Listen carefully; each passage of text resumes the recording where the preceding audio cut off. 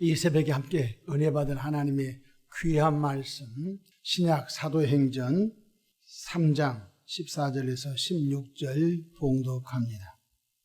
너희가 거룩하고 의로운 일을 거부하고 도리어 살인한 사람을 놓아 주기를 구하여 생명의 주를 죽였도다. 그러나 하나님이 죽은 자 가운데서 그를 살리셨으니 우리가 이 일의 증인이라. 그 이름을 믿음으로 그 이름이 너희가 보고 아는 이 사람을 성하게 하였나니 예수로 말미암아 난 믿음이 너희 모든 사람 앞에서 이같이 완전히 낫게 하였느니라. 아멘. 할렐루야. 오늘도 참으로 좋은 날입니다. 우리 모두 주 안에 평안하시기를 축원합니다. 저를 따라하시겠습니다. 오늘도 나와 우리 가정 우리 교회에 기적이 일어납니다. 오늘도 나와 우리 가정 우리 교회에 기적이 일어납니다. 아멘. 저는 본문 말씀을 통해 죽은 자 가운데서 부활하신 예수님이라는 제목으로 함께 은혜를 받고자 합니다. 독생하신 예수님은 이 땅에 오셔서 하나님의 뜻을 이루기 위해 자신의 몸을 희생제물로 드렸습니다. 희생제물로 드린 결과 죄인된 인류를 죄에서 구원하시는 사역을 십자가에서 완성하셨던 것입니다. 십자가가 얼마나 끔찍한 일이었던지 예수님 당시는 나라를 대항하는 그런 반란죄라든지 사회 흉악범 그런 죄수들을 많은 사람이 오고 가는 그런 곳에 십자가에 매달려 죽이는 사형틀이었습니다. 그래서 예수님 당시 로마 정부는 그 식민지 사람들을 지배하게 하여 끔찍한 사형 제도를 집행했던 그 시대적 상황이었기 때문에 예수님은 십자가 지기 전날 밤 굉장히 그 십자가 지기 전에 고민하며 땀방울이 핏방울이 되게 기도하신 장면을 볼 수 있습니다. 마태복음 26장 39절에 조금 나아가사 얼굴을 땅에 대시고 엎드려 기도하여 이르시되 내 아버지여 만일 할만하시거든 이 잔을 내게서 지나가게 하옵소서. 그러나 나의 원대로 마시옵고 아버지 원대로 하옵소서. 예수님은 십자가 지기 전날 이 쓰이쓴 이 십자가가 나와 좀 상관없이 지나가게 해주십시오. 그러나 아버지 뜻이라면 제가 지겠습니다. 라고 사투를 벌이며 기도하시게 됩니다. 드디어 예수님은 십자가 지기 전날 밤 아버지 뜻이 십자가 진 것을 확인하고 이제 그 다음날 아침 9시에 십자가에 매달리셔서 오후 3시에 십자가에서 운명하시게 됩니다. 45절로 50절에 예수의 십자가 죽으심의 사건을 아주 정확하게 기록해 주고 있습니다. 제6시로부터 온 땅에 어둠이 임하여 제9시까지 계속되더니 제9시쯤에 예수께서 큰 소리 질러 이르시되 엘리 엘리 라마 사박다니 하시니 이는 곧 나의 하나님 어찌하여 나를 버리셨나이까 하는 뜻이라. 거기 섰던 자 중 어떤 이들이 듣고 이르되 이 사람이 엘리야를 부른다 하고 그 중에 한 사람이 곧 달려가서 해면을 가져다가 신 포도주에 적시어 갈대에 꿰어 마시게 하거늘 그 남은 사람들이 이르되 가만두라 엘리야가 와서 그를 구원하나 보자 하더라. 예수께서 다시 크게 소리 지르시고 영원히 떠나 가시니라. 예수님이 십자가 지시고 오후 3시쯤 큰 소리를 지르시고 운명하셨다고 하는 마지막에 그 소리가 무엇입니까? 바로 다 이루었다. 요한복음 19장 30절에 내가 다 이루었다 이 말씀이었습니다. 그렇다면 예수님의 십자가 죽으심과 나와 무슨 상관이 있다는 것입니까? 바로 우리의 죄가 속량된 놀라운 사실인 걸 깨닫기를 바랍니다. 로마서 6장 23절에 죄의 싹은 사망인 것입니다. 반드시 죄에는 형벌이 따르는데 바로 구약시대는 소나 양이나 염소를 대속물로 드려 죄인이 용서받은 길을 하나님이 허락해 주셨습니다. 이것은 그림자인 것입니다. 장차 완전한 하나님의 어린 양 예수님이 오셔서 온 인류의 죄를 담당하실 것을 구약을 통하여 보여주고 있는 것입니다. 그래서 예수 십자가의 대속의 은총으로 인하여 우리는 예수님과 함께 죄가 죽고 예수님과 함께 다시 새 생명으로 부활하여 우리 속에 예수 생명이 들어왔다는 것입니다. 그래서 베드로전서 2장 24절에 사도 베드로는 이렇게 증언하고 있습니다. 친히 나무에 달려 그 몸으로 우리 죄를 담당하셨으니 이는 우리로 죄에 대하여 죽고 의에 대하여 살게 하려 하심이라. 그가 채찍에 맞음으로 너희는 남을 얻었나니 라고 말씀해 주셨습니다. 예수님께서는 6시간 동안 십자가에 매달리셔서 물 한 방울 피 한 방울 남김없이 다 쏟으시고 장엄하게 주 예수님은 다 이뤘다 하시고 운명하셨던 것입니다. 운명하신 후에 무슨 일이 벌어졌습니까? 유대인의 안식일은 바로 오후 6시가 되면 안식일인 것입니다. 금요일 날 오후 6시부터 토요일 오후 6시까지 안식일 날은 장례를 치르지 않습니다. 그런데 금요일 날 오후 3시에 운명하셨기 때문에 오후 6시까지 3시간밖에 없습니다. 제가 목회하면서 많은 사람의 장례를 치렀는데요. 여러분, 우리 한국에서는 객사 한 사람, 이런 분도 이틀장 정도는 치러준 것입니다. 하루 장례하신 분도 보기는 보았습니다만 예수님의 장례는 3시간 장례였습니다. 오후 3시에 운명하시고 오후 6시가 되면 유대인의 안식일날은 아무 일을 하면 안 된 것입니다. 그래서 주님께서는 이미 빈 무덤을 준비해 주셨습니다. 아리마대 사람 요셉의 빈 무덤에 예수 시신을 닦지도 못하고 세마포에 둘둘둘도 그 시신을 말아서 아리마대 사람 요셉의 무덤에 잠시 보관했다가 그 다음에 안식일이 끝나면은 예수 시신을 끌어내어서 정식적으로 향품을 바르고 그리고 유대인의 법에 의하여 장례를 치르려고 했던 것입니다.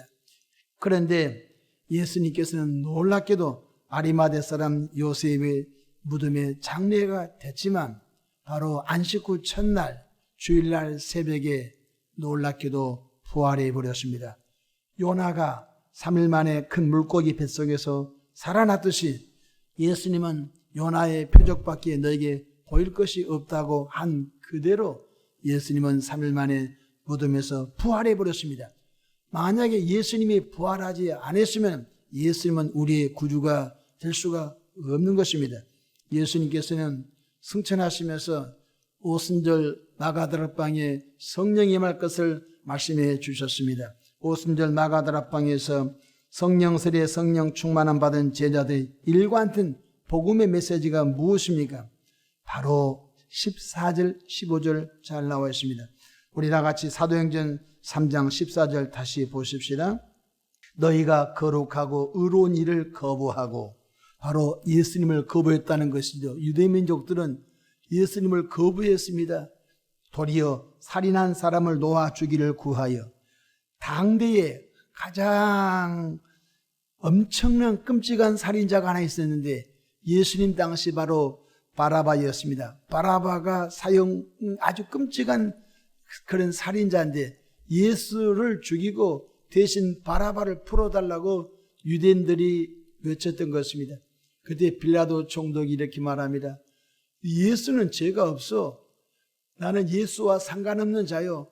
그랬더니 유대 백성들이 예수 잡아 죽인 죄를 우리와 우리 후손이 질 테니까 아무 말 말고 바라바 사형수를 풀어주고 바로 예수를 십자가에 못 박여 죽이시오 해서 빌라도 총독이 그 일을 결정한 것을 볼 수 있습니다. 14절 보십시다. 너희가 거룩하고 의로운 일을 거부하고 도리어 살인한 사람을 놓아 주기를 구하여. 15절 생명의 주를 죽였도다. 그러나 하나님이 죽은 자 가운데서 그를 살리셨으니 우리가 이 일의 증인이라. 복음은 증인인 것입니다. 사도들은 예수님과 함께 3년 동안 사역을 하셨고 또 사도들은 예수님이 십자가에 못 박혀 끌려간 걸 보았고, 또 사도들은 예수님이 십자가에 매달려서 죽은 것을 사도 요한이 보았고, 또 예수님이 아리마대 사람 무덤에 장례한 것을 보았고, 또 새벽에 베드로가 예수 빈 무덤을 보았고, 또 예수의 또 승천하시기 전에 500명의 형제들 앞에서 주 예수님께서 내가 하늘로 올라가지만 아버지께서 약속하신 성령 세례 주리라 하신 말씀, 성령이 너에게 임하시면 너희가 권능을 받고 예루살렘과 온 유다와 사마리아 땅끝까지 이르러 내 증인이리라 하시면서 두 천사와 함께 하늘에 승천한 걸 보았고, 그래서 증인인 것입니다. 그래서 사도들은 성령을 받고 난 다음에 예수의 죽음과 예수의 부활을 우리가 증인입니다. 증인은 거짓말하면 안 된 것입니다. 법정에 가서 위증하게 되면 큰일 나는 것입니다. 위증죄에 걸려든 것입니다. 바로 사도들은 예수의 죽으심과 예수와 부활을 우리가 증인입니다 라고 증거했던 것입니다. 우리는 이 두 사실을 믿을 때 구원받습니다. 첫 번째, 내 죄 때문에 십자가의 희생 제물 되신 예수님을 믿어야 된 것입니다. 두 번째, 부활하신 예수님을 믿을 때 구원을 선물로 받게 된 것입니다. 어떤 분은 예수님이 내 죄 때문에 죽으신 것을 그까지는 믿습니다. 그런데 부활을 믿지 않습니다. 그러면 안 되는 것입니다. 로마서 10장 9절 보십시다. 내가 만일 내 입으로 예수를 주로 시인하면 또 하나님께서 그를 죽은 자 가운데서 살리신 것을 내 마음에 믿으면 구원을 받으리라 라고 하셨던 것입니다. 따라하십시다. 예수의 부활. 우리는 십자가에 죽으시고 무덤에 장사된 그 예수 믿으면 안 된 것입니다. 그 예수는 우리 죄를 속량하시고 3일 만에 부활했다는 사실, 우린 절대 믿으시기를 바랍니다. 우리 죄 때문에 십자가에서 희생제물이 되시고 무덤에서 3일 만에 부활하신 예수 이름이 바로 태어날 때부터 못 걷는 장애우를 일으켜 세운 사건이 바로 사도행전 3장에 나옵니다. 태어날 때부터 걷지 못한 장애우가 성전 미문에 앉아 있는데 내게는 은과 금이 없습니다. 그러나 내게 있는 것을 내게 줄 것입니다. 그것이 무엇입니까? 곧 나사렛 예수 그리스도 이름으로 일어나 걸으랄 때 장애우가 벌떡 일어나 걷고 뛰어 하나님께 찬양했던 사건이 나옵니다. 그래서 오늘 3장 16절 말씀 보십시다. 그 이름을 믿음으로, 그 이름이 너희 보고 아는 이 사람을 성하게 하였나니, 그 이름, 바로 예수의 이름이 여러분이 보듯이 걷지 못한 이 장애우를 낫게 하셨습니다. 예수로 말미암아 난 믿음이 너희 모든 사람 앞에서 이같이 완전히 낫게 하셨느니라. 그렇습니다. 이 시대의 희망은 예수밖에 없는 줄로 믿으시 바랍니다. 우리 나라의 희망은 예수, 우리 가정의 희망은 예수, 내 인생의 희망은 예수인 줄로 믿으시기를 바랍니다. 부활하신 예수님을 믿는 자는 주 예수 공중에 강림하실 때 썩지 아니할 신령한 몸으로도 우리를 또 부활한다는 사실을 꼭 믿으시기를 바랍니다. 고린도전서 15장 52절에 이렇게 말씀하셨습니다. 나팔 소리가 나매 죽은 자들이 썩지 아니할 것으로 다시 살아나고 우리도 변화되리라고 말씀해 주셨습니다. 복음의 핵심이 뭡니까? 예수님은 우리 죄 때문에 죽으시고, 이것은 역사적인 사실입니다. 예수님 우리 죄 때문에 죽으시고 무덤에서 3일 만에 부활하심으로 말미암아 믿는 자에게 부활의 생명을 주신 줄로 믿으시기를 바랍니다. 그러므로 오늘 이 하루 우리가 보낼 때 예수의 죽으심을 깊이 묵상하면서 또한 주 예수 부활의 그 감격 속에서 또 하루를 살아가는 저와 여러분 되기를 주의 이름으로 축원합니다. 기도하겠습니다. 좋으신 하나님 우리 아버지, 은혜와 크신 사랑을 감사합니다. 사랑의 주님, 이 땅에 대속제물로 성자 예수님을 보내주시고 우리 죄 때문에 대신 피 흘려 죽으시고 무덤에서 3일 만에 부활하심으로 말미암아 모든 믿는 자에게 새로운 소망, 부활의 소망을 주신 것을 감사합니다. 이 시대의 희망은 예수밖에 없습니다. 우리 가정의 희망은 예수밖에 없습니다. 우리 삶의 희망은 예수밖에 없는 걸 믿습니다. 하나님 우리 아버지, 이 새벽에도 마음에 소원 담아 감사 예물들을 구별해 드립니다. 예물 속에 담긴 기도와 간구와 감사를 헤아리시고 하나님의 방법으로 복을 나뉘어 주시옵소서. 이 하루도 모든 것을 감사하며 우리 구주 예수님의 이름으로 기도하옵나이다. 아멘.